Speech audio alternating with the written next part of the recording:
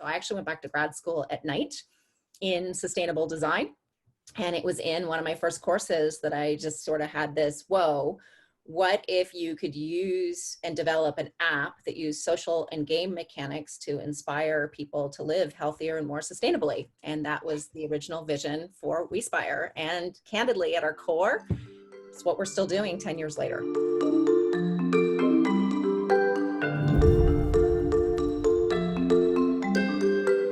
In 2010, Susan Stevens' job at the New York Times gave her a front row seat to the social media transformation of our society. She also observed how our phones become tools of both entertainment and personal inspiration. She saw a culture more and more concerned with making a positive impact on the world. An epiphany brought these elements together, and her company, Wespire, was born. In this episode of UpTech Report, Susan talks about how Wespire combines the interactivity of social media and the fun of game mechanics to help people live better, and how companies are using these tools to improve their workplace culture. Susan, I'm excited to chat with you today and dig more into Wespire and this journey that you've been on as a leader. To start us off, I'd like to ask you to describe your company in 5 seconds. What would you say? We help change behavior for the better at scale. Oof, I like that. Change behavior for the better at scale. This has been you didn't start this yesterday. This has been about 10 years now. Is that right? It has been 10 years, yes. Obviously, an evolution happens over time, but the problem, the antithesis of why you exist, describe that problem for me. Sure. 10 years ago when I founded the company, it was believing that there was convergence happening between 3 really different factors. The first was what was happening in social and social connectivity with the advent of Facebook and Facebook pages, which I had a front row seat from my role at the New York Times on the digital side to see what was happening. The second was the use of apps to motivate and inspire positive change. And I was seeing things like Runkeeper and Lose It and the Weight Watchers app motivate and inspire people to lose weight and to run faster. And then my own personal passion around sustainability, which really emerged with some health issues that my, at the time, 2-year-old was facing with food allergies. And we were having to change everything about our life to be healthier and more sustainable. And so I actually went back to grad school at night in sustainable design. And it was in one of my first courses that I just sort of had this, whoa, what if you could use and develop an app that used social and game mechanics to inspire people to live healthier and more sustainably? And that was the original vision for Wespire. And candidly, at our core, it's what we're still doing 10 years later. That is powerful. You saw the moving pieces as time was coming together, and you saw how it could all converge to solve this problem. The way people were receptive of the concept was maybe not right there 10 years ago. Oh, 10 years ago, people thought I was nuts. But really, think about it. Even if today somebody said, I'm going to quit this really big job at the New York Times to go found a technology app to change human behavior for the better, what would they say? They'd be like, yeah, you go do that. Great. But 10 years ago, interestingly enough, there actually was a lot of momentum around sustainability. And with Copenhagen and all of the emphasis around climate change beginning to come to the fore. And then it was just a total failure at the global level.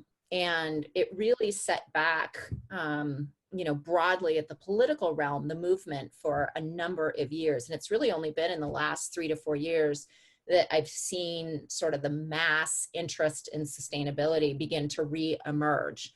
What didn't change in between 2010 and 3 years ago were companies recognizing that sustainability could be an absolute force for positive impact in their workplaces. During the recession, the early part and post-recession, it was all about cost savings. You could use sustainability to identify energy savings, waste savings, water savings, fuel savings, and saving resources is saving money. So it was a big ROI that drove corporate sustainability to start with. But then we were part of companies really beginning to demonstrate that engaging employees in your sustainability initiatives was really good for culture and really good for retention and really good for innovation, and that the talent coming out of our colleges and our high schools were passionate about sustainability and didn't want to go work for a company that didn't recycle and didn't provide opportunities to volunteer and didn't see their role to be a force for good in this world. So kind of the corporate sustainability winds were blowing in our direction, and the talent desires for how companies should operate in this world were going in our direction.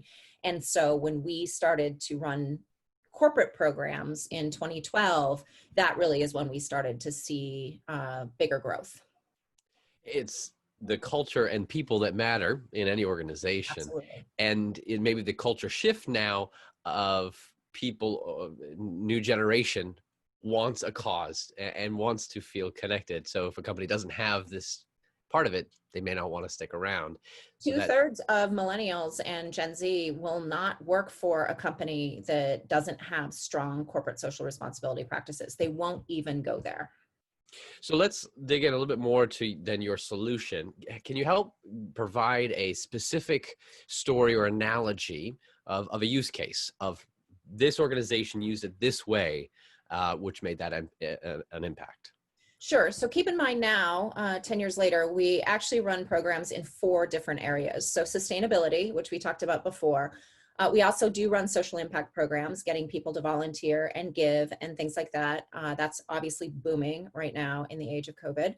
We run well-being programs to engage people in physical well-being, mental well-being, financial well-being. And then we run workplace culture programs, diversity, equity, and inclusion, belonging, psychological safety, innovation, agility, things like that. So the use cases would vary across the different modules, but let me give you an example of a large financial services firm. So they developed a program they have literally hundreds of thousands of employees around the planet. And what they decided is at a global level, they wanted to run 4 very distinct campaigns each quarter that would engage their employees in very specific behavior changes that they were looking to drive to enable them to hit their sustainability goals. And so one of the challenges in one quarter was all focused on recycling. And so employees would join the program, which is powered by our technology.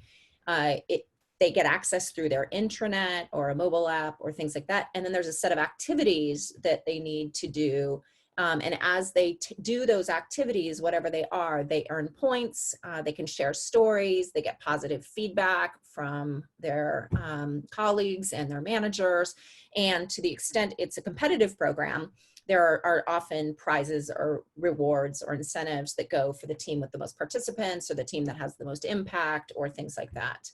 And then in the next quarter, they changed the focus to be on the circular economy. And they were really trying to educate and help employees understand, what is the circular economy? What does a world with zero waste look like? What can you do at work to bring about a zero waste world? And then they had a big activation that took place offline, where people brought in shoes, and then those shoes would go to somebody who needed shoes, to show sort of the nature of how a circular economy can work. So those are 2 examples of how they did those big quarterly programs. And then there were a bunch of smaller local programs and targeted events and things like that that were available to employees as well.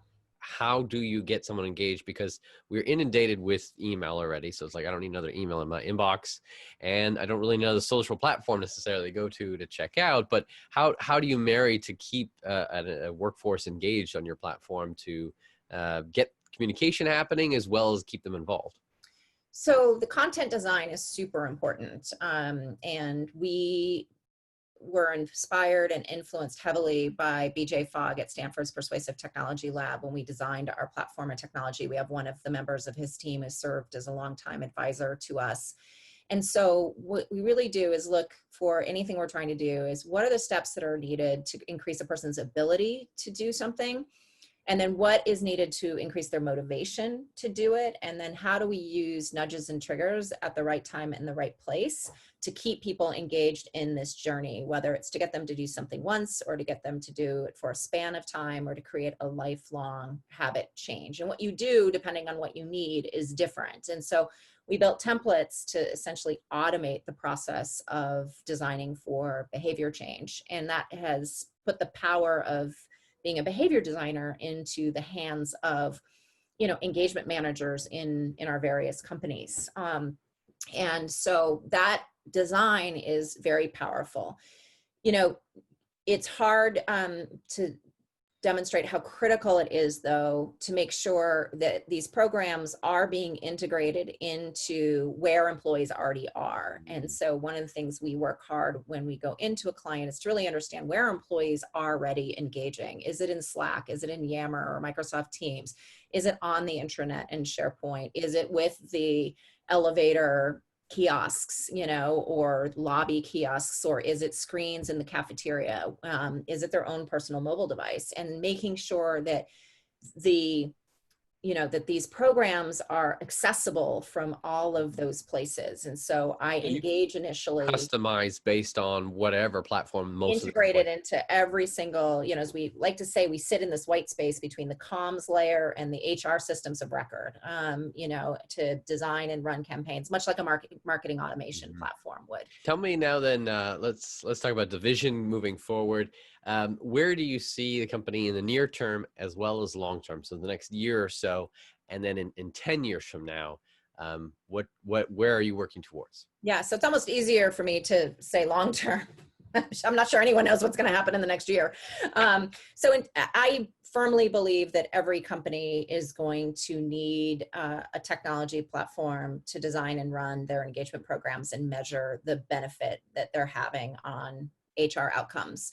I watched this transition in marketing from doing things very manually to then doing them very channel-based to then needing to have, an automated integrated platform that is, helping you understand, get out the messages and understand what's working, and to see the same trend happening in the employee side of things. And so I don't see really a limit for the opportunity to fulfill this need, particularly because I think every company is also recognizing that being a force for good in this world is really good for business. And so not only do you need a technology platform that's going to deliver programs in a modern way, you need to deliver programs that are going to help the company activate around purpose, because they have such huge impact on the outcomes you're looking to drive. So this 1-2 technology purpose punch, I think, is just going to be really powerful.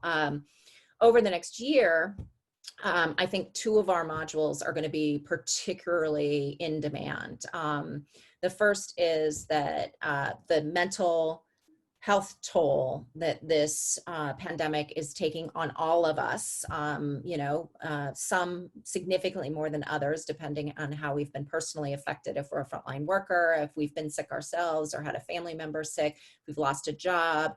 But the reality is we all just had our whole worlds shaken up and don't know and are very uncertain. And uncertainty, anxiety is not good for mental health. And so I do think every company is going to need to be in the business of well-being and supporting employee well-being, and need to have the right tools and the right programs to make that happen. And it's not going to be just fitness challenges, which has kind of been the wellness strategy for the last 5 years. It's going to need to be a really holistic well-being strategy.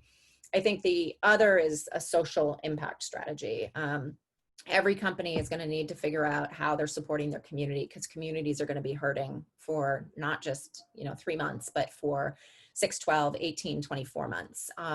And companies have a big role to play in the communities that they operate in, particularly if they're less hurt than others. And so helping companies make sure they've got a really updated, relevant for COVID social impact strategy and tools to drive employee volunteering, employee giving.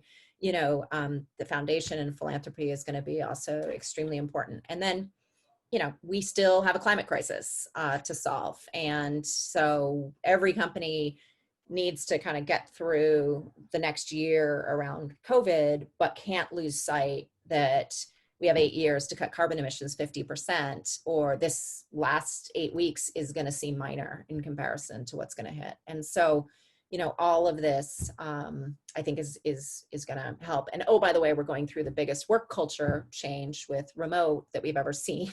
People need help with that. So we're going to be busy, I hope. And I hope we can help. I mean, I think that's the biggest thing we saw. Our clients came to us in the first week of March and said, we need help with, teaching our employees to social distance. We need help teaching healthy habits. We need, remote work best practices, engaging kids at home.